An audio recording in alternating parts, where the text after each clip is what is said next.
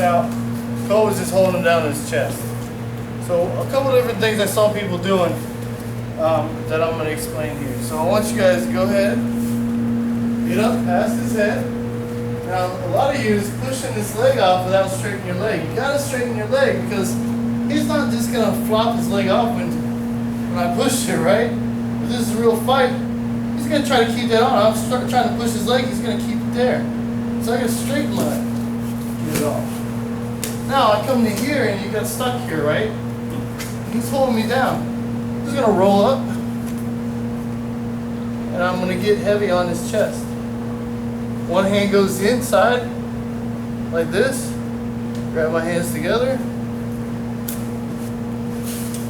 Break his grip and then come to the side, okay? Can you do that again? Yeah. So let's just go from right here.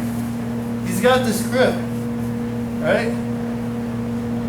Holding it tight. Sometimes I'll switch my hand instead of here to here. I'm always keeping a monkey grip on his forearm, protecting my neck.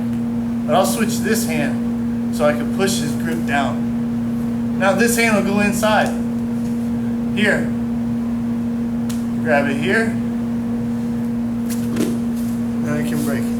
Okay? So that's the easy way to break the grip. I'm not using a lot of pressure. It's just constant. I'm not using a lot of force. It's just constant pressure on that grip. He's not going to be able to hold it tight. Alright? Alright, try that. Okay. Ready, ready.